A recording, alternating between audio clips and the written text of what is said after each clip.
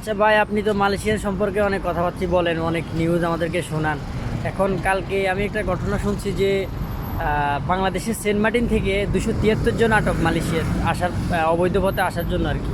273 জন আটক হয়েছে, ওই বিষয়ে কিছু জানেন কি না? জানবো না, যেহেতু মালয়েশিয়ার সমসাময়িক বিষয় নিয়ে কথা বলি, জানুন না।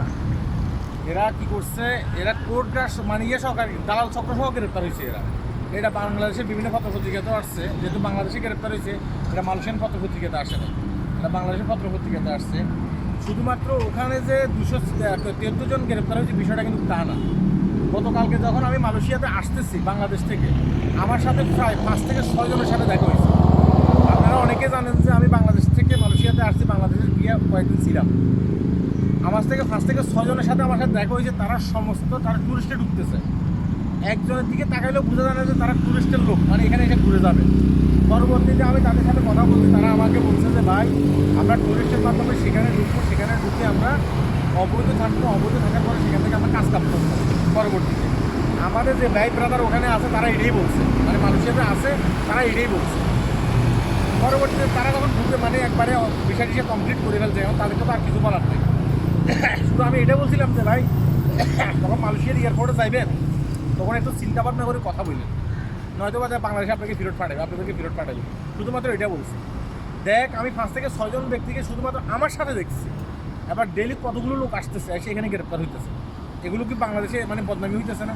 বাংলাদেশ এয়ারপোর্টে যারা বসে আছে, ওরা এদের চেহারার দিকে তাকাইলে এরা বুঝতে পারে না এরা টুরিস্টে গিয়ে ফেরত আর আসবে না, বুঝতে পারে না। এরা সব কিছু জেনে শুনে, ওরা ওখানে এক ধরনের চক্র আছে, ওরা টাকা খায়। টাকা খাইয়ে এদেরকে মালয়েশিয়ার মানে মালয়েশিয়াতে ঢুকায়। অনেক ক্ষেত্রে মালয়েশিয়ার এয়ারপোর্টে তারা গ্রেপ্তার হয়, গ্রেপ্তার হওয়ার পরে তারা বাংলাদেশে ফেরত যায়। আর যারা গ্রেপ্তার হয় না, তারা মালয়েশিয়াতে চলে আসে।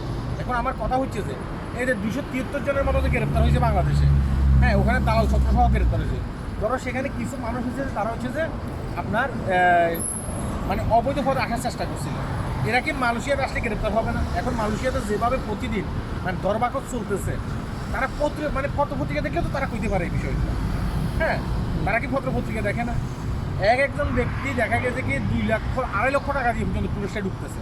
কালকে আমি ওদের সাথে কথা বলছি, ওদের চেহারা তো আর আমি দেখাইতে পারবো না, হ্যাঁ, দেখাইলে সমস্যা। তো এদের সাথে আমি কথা বলছি। এখন যারা মানে অবৈধ পথে সাগর পথে তারা আসার চেষ্টা করতেছে এখানে, হ্যাঁ, তারা কি সাগর দিয়ে আইতে জীবনের রিস্ক নিচ্ছে না? 1 নম্বরে তারা জীবনের রিস্ক নিচ্ছে, অনেকে তারা মারাও যেতে পারে। আবার ওই দালাল চক্ররা বিভিন্ন জায়গায় তাদেরকে আটক করে, হ্যাঁ, সেখান থেকে মুক্তিপণ দাবি করে, নয়তো বা মারবে, টাকা আনো, টাকা দিলে দেখা গেছে কি তাদেরকে অনেক ক্ষেত্রে ছেড়ে দেয়, টাকা দেওয়ার পরেও আবার অনেক ক্ষেত্রে মেরে ফেলে। ধর তারা মালয়েশিয়াতে ঢুকছে, মালয়েশিয়াতে ঢুকার পরে কী হইল, মালয়েশিয়াতে ঢুকার পরে অনেক ক্ষেত্রে দেখা গেছে কয়েকদিনের ভিতর তারা গ্রেপ্তার হয়ে যায়। এখানে যারা অবৈধ ফুরান লোক আছে, তারা পর্যন্ত কষ্ট পাইতেছে, তারা প্রতিদিন ভয়ে ভয়ে চলতেছে। যেহেতু মালয়েশিয়ার সময় বিষয় নিয়ে কথা বলে আমি তো জানি, তারা ভয়ে ভয়ে চলে সবসময়। তারা পর্যন্ত মানে কাজ কাম পাইতেছে না। এখন যারা মানে আসতেছে এখানে, তারা কি ধরা পড়বে না? তো ধরা পড়লে আমও যাবে, সালাও যাবে। যারা এখানে আসতেছে একজন ব্যক্তিও কিন্তু প্রভাবশালী না। প্রভাবশালী হইলে মানে অর্থনৈতিক দিক দিয়ে যদি তারা মানে খুবই প্রভাবশালী হইতো, তারা কখনো অবৈধতা আসতো না। এখন তারা অনেক ক্ষেত্রে বিটা মাটি বিক্রি করে দালালদের কাছে টাকা দেয়। দালালদের কাছে টাকা দিলে দেখা গেছে কি এখানে আগে গ্রেপ্তার হয়, তখন তাদের কিন্তু সময়ের মানে সম্পত্তি থেকে শুরু করে টাকা পয়সা সব কিছুই যায়। আমি বলবো যে ভাই, আপনারা এভাবে আইসেন না, এভাবে এসে বিপদে পড়েন না। আমি এটা আগেও বলছি, এখন হ্যাঁ, সবাই ভালো থাকবেন। আর যদি মনে হয় যে ভিডিওটি শেয়ার করার দরকার, ভিডিওটি শেয়ার করবেন। আমি সবসময় এই ধরনের সমসাময়িক কথাই বলি, হ্যাঁ, বিশেষ করে মালয়েশিয়ান যারা প্রবাসী আছে তাদের